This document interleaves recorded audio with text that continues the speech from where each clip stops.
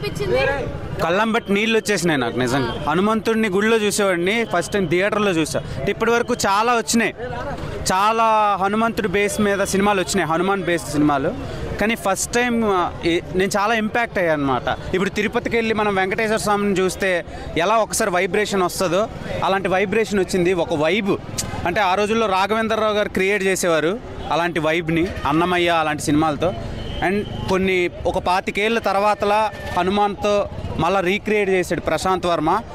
Mark my words, Prashanth Varma will be the biggest name, will be soon అనమాట. అంటే ఇండియాలోనే చాలా పెద్ద పేరు అవుతుంది, బాగా వినబడే పేరు అవుతుంది.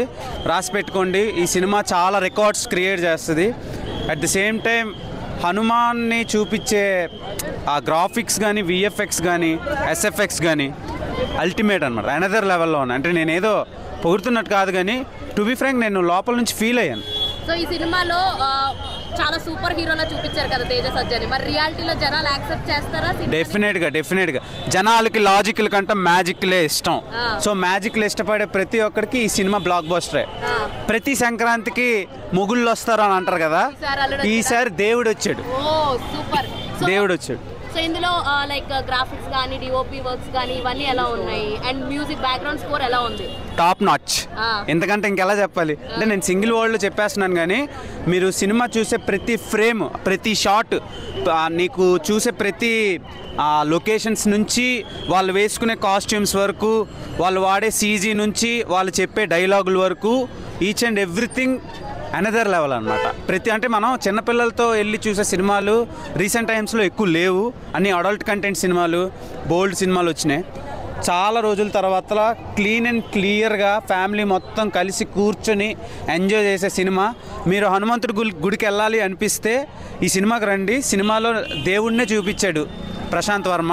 ఫస్ట్ ప్రశాంత్ వర్మకి థ్యాంక్ యూ సో మచ్. కాకపోతే నాకు మిన్నల్ మురళి అని ఒక సినిమా వచ్చింది మలయాళంలో, ఆ సినిమా గుర్తొచ్చింది కొంచెం.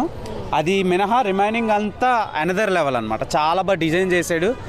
హనుమాన్ని లాస్ట్ ఒక 25 మినిట్స్లో చూపించే షార్ట్స్ ఉంటే గూస్ బంప్స్ అనమాట. కళ్ళంబట మీకు తెలియకుండానే వాటర్ వచ్చేస్తే. చెప్తున్నాను కదా, దేవుడిని చూసినట్టు అనిపించింది నాకైతే. నేనైతే రియల్ హనుమాన్ని చూడలేదు. ఇక్కడ ఈ సినిమాకి వస్తే మీరు రియల్గా హనుమంతుడిని చూస్తారు. సో గట్టి పోటీ చేస్తున్నాడు ప్రశాంత్ వర్మ హనుమాన్ తోటి. గట్టి పోటీ కాదు, భయపడతారు. ఈ సినిమా చూసిన తర్వాత రిమైనింగ్ సినిమా వాళ్ళు తప్పకుండా భయపడతారు. అంటే నేను అనుకున్నా, ఇంత పెద్ద సినిమాలు వస్తున్నాయి కదా, దానికి పోటీ ఎందుకు వెళ్తున్నాడు, రిస్క్ ఎందుకు చేస్తున్నాడు అని అనుకున్నా. నాది చాలా తప్పు, నేను అనుకున్నా, నా ఆలోచన చాలా తప్పు. ఎందుకంటే ఎంత ధైర్యం లేకపోతే అంత పెద్ద స్టార్స్ని బీట్ చేసుకొని వస్తాడు ప్రశాంత్ వర్మ.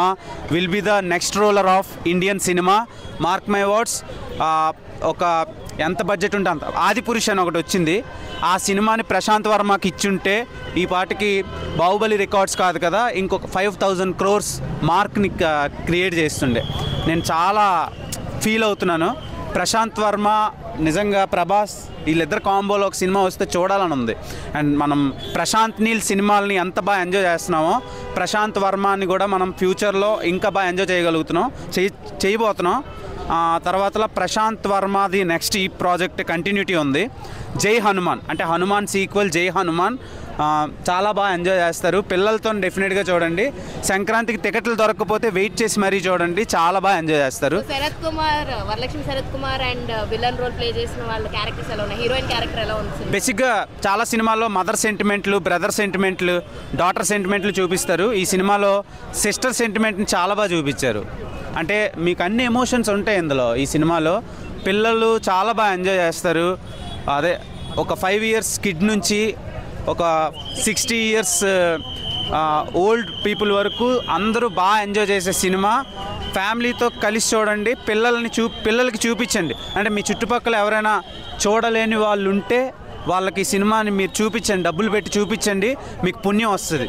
అంత బాగుంది సినిమా. ఇంకేం చెప్పగలం ఇంతకంటే, నేను ఇంకేం చెప్పను. 5కి 10 100 అంత బాగుంది సినిమా.